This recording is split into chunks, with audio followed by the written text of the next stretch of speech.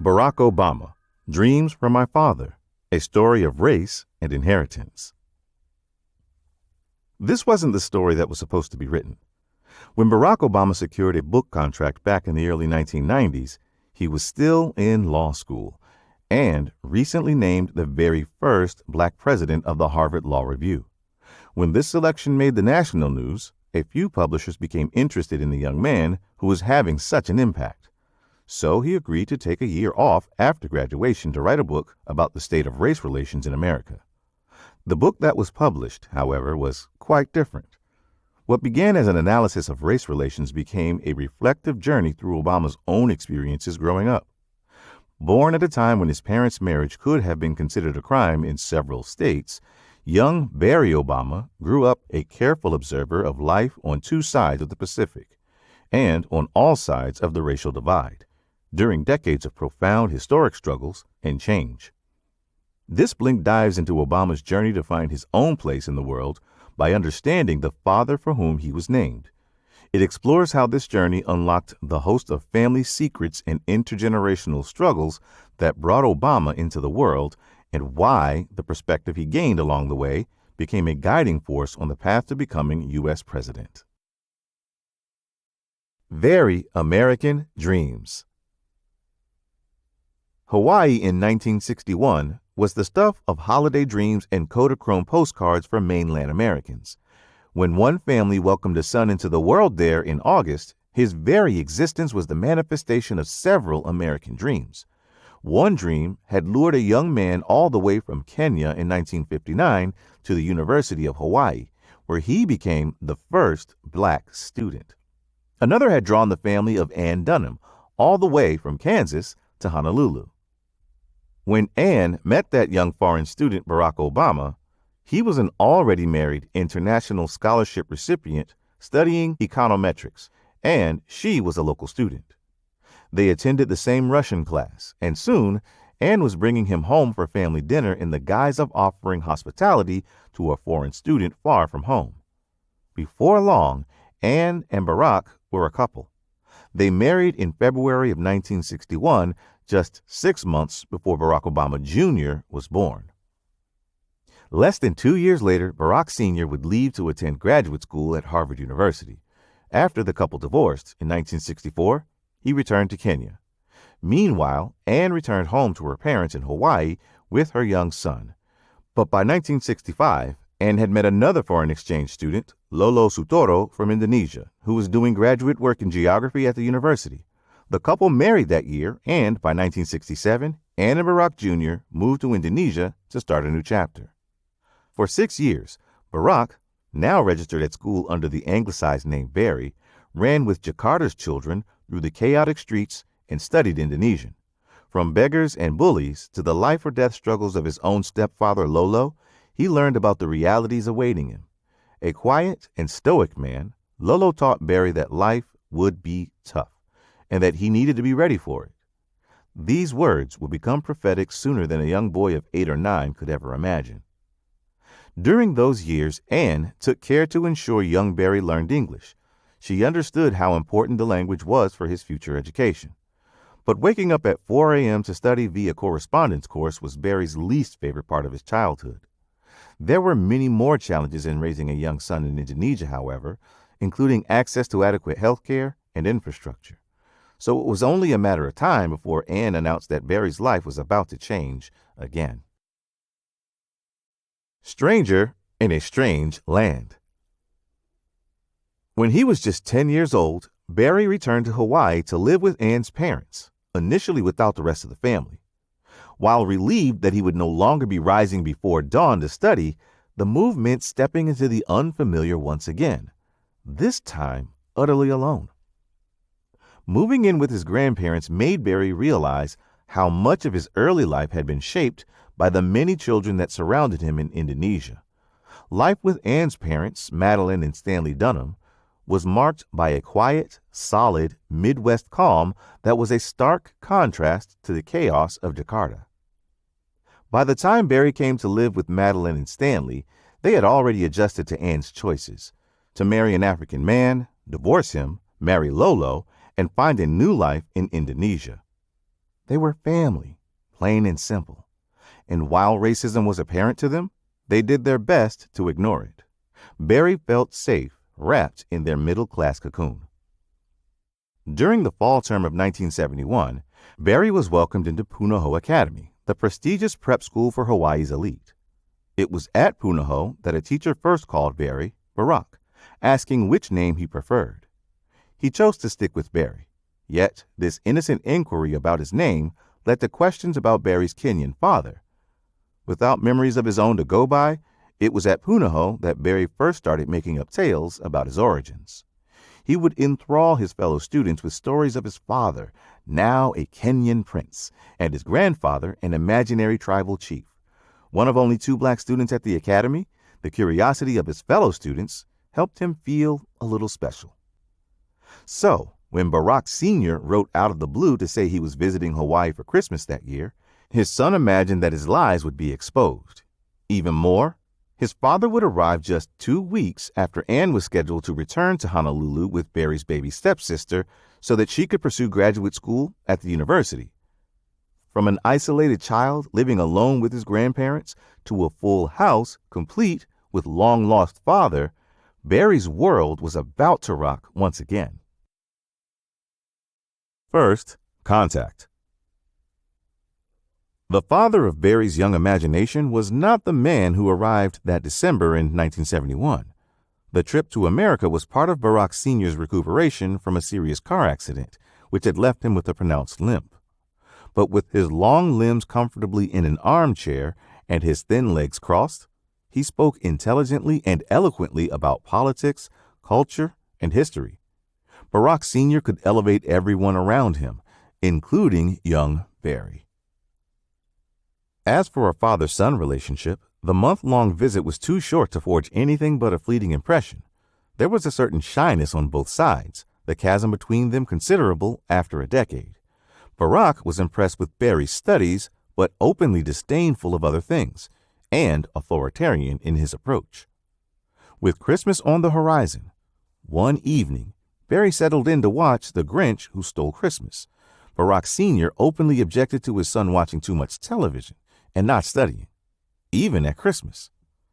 Young Barry felt humiliated and harassed and fled to his room. There, he overheard his grandfather yelling at Barack Sr. to stop being so hard on the boy, while Barack argued that young Barry was being spoiled and needed a stronger hand, and defended Barack against her own parents and son. In that moment, a host of hidden family dynamics and long-buried tensions burst open. Barry felt his family was never the same again. Even worse, he learned the next day that Barack Sr. would be coming to his school and speaking to his classmates.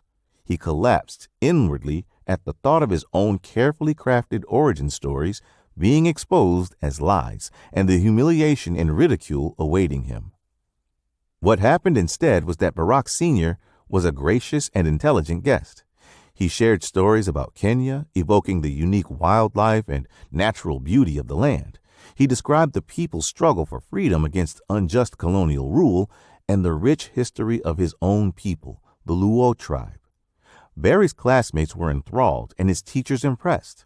Thankfully, Barry had avoided public humiliation. Before Barry's conflicting feelings about his father could settle, it was time for Barack Sr. to return to Kenya. While packing his things, he found one last gift he'd forgotten to give Barry, 2 records of African music. Listening to the records with his eyes closed, Barack Sr.'s tall, thin frame began to sway like a young man, even with his injured leg. Arms raised, he moved as if these dances were ancient, imprinted deep in muscle and bone. He called for his son to join him. And so, young Barry attempted his first steps in time with the thumping drums, dancing with his father. Becoming Barack. A few years after Barack Sr.'s visit, Barry's mother and baby stepsister returned to Indonesia so Anne could begin her field work there. Young Barry chose to remain with his grandparents in Hawaii and continue to excel at Punahou. In Hawaii, he had the chance to be immersed in a truly multicultural environment, one built on mutual respect and appreciation. His academic performance earned him a full scholarship to Occidental College, and so, in 1979, he moved to Los Angeles to begin his next journey. In Los Angeles, the mutual respect that Barry had come to expect in Hawaii was completely absent. His professors and classmates at the prestigious liberal arts institution seemed not to notice the economic disparities and open racism that was everywhere. When he spent time with other black students or out in the community, he encountered open contempt for all white people and a fatalism about being locked in an unjust system.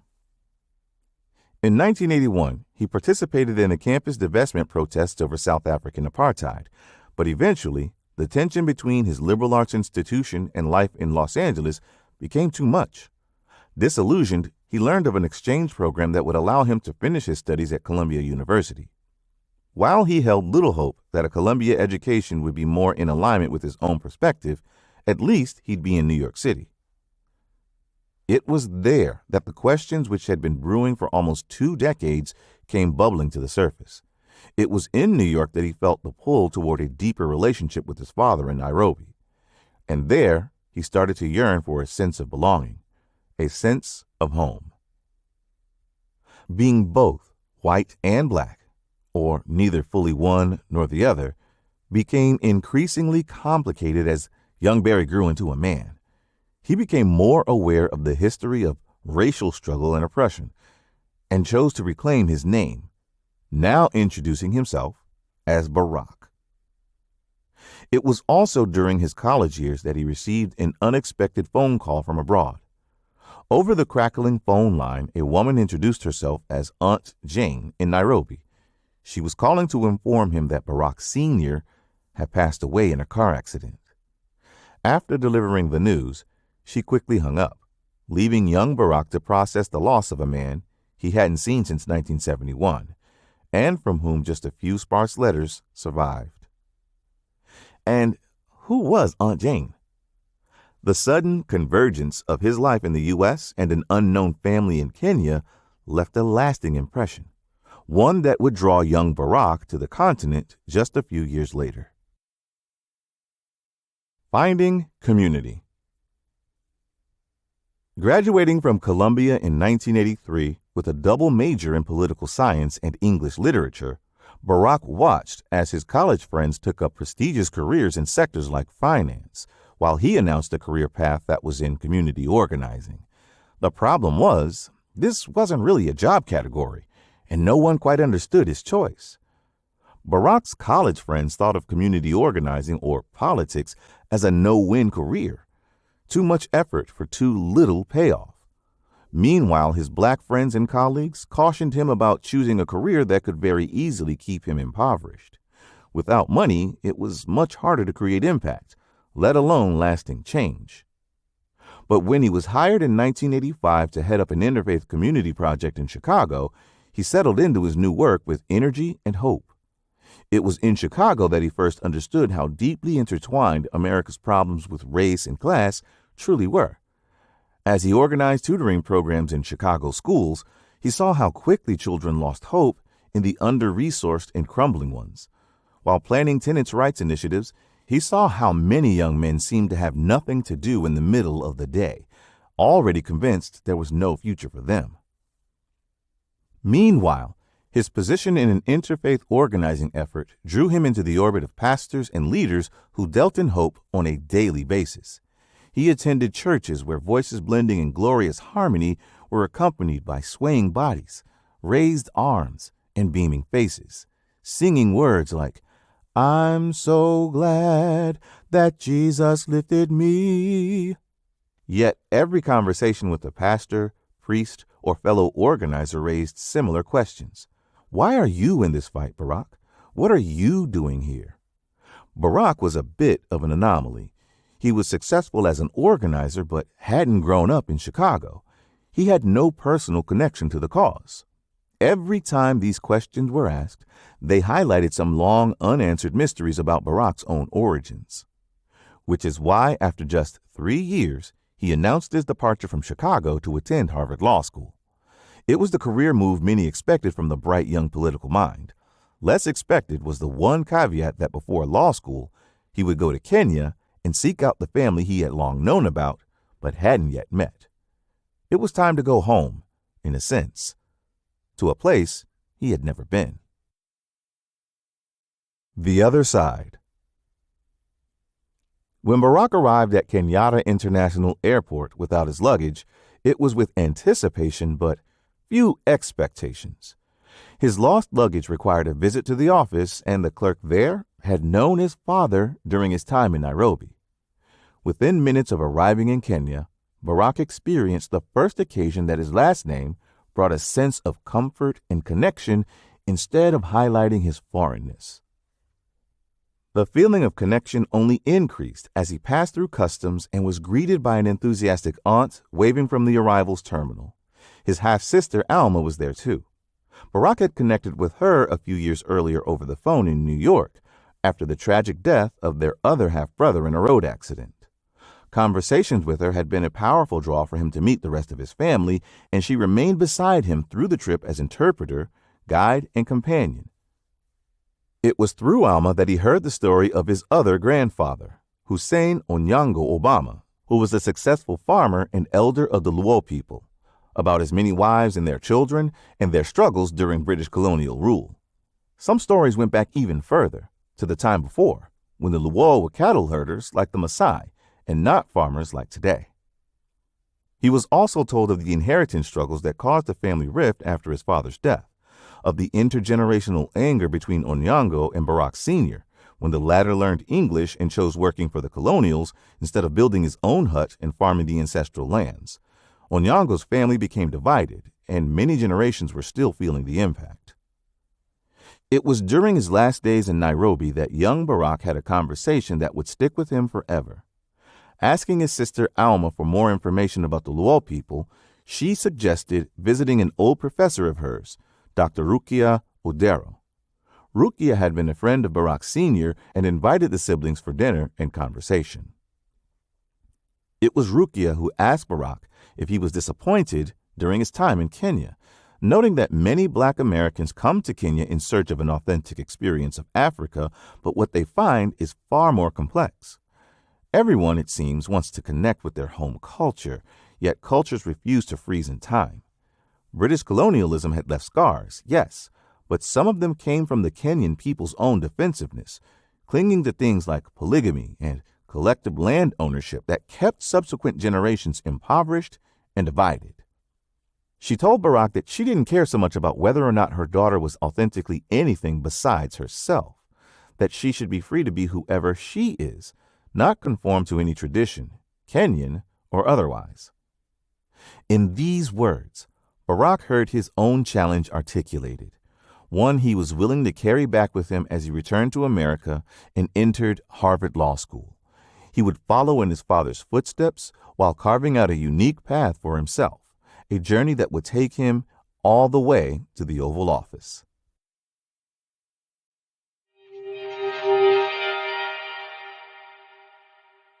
In this Blink to Dreams from My Father by Barack Obama, you've learned that as a racially mixed child of the early 1960s, former President Barack Obama's life was marked by being an outsider on two sides of a racial divide. His childhood spanned continents, from Asia to America, and this early exposure to other languages, cultures, and points of view helped him understand life from an international perspective. This, in turn, helped him understand how race and class intertwined in America, knowledge he applied directly to his community organizing work in Chicago. Seeking more knowledge about his absent father through the stories of surviving relatives in Kenya led him to uncover many uncomfortable truths, like intergenerational traumas on both sides of his family. He followed in his father's footsteps by going to Harvard University while still carving out a unique path of his own. Okay, that's it for this Blink. We hope you enjoyed it. If you can, please take the time to leave us a rating. We always appreciate your feedback. See you in the next Blink.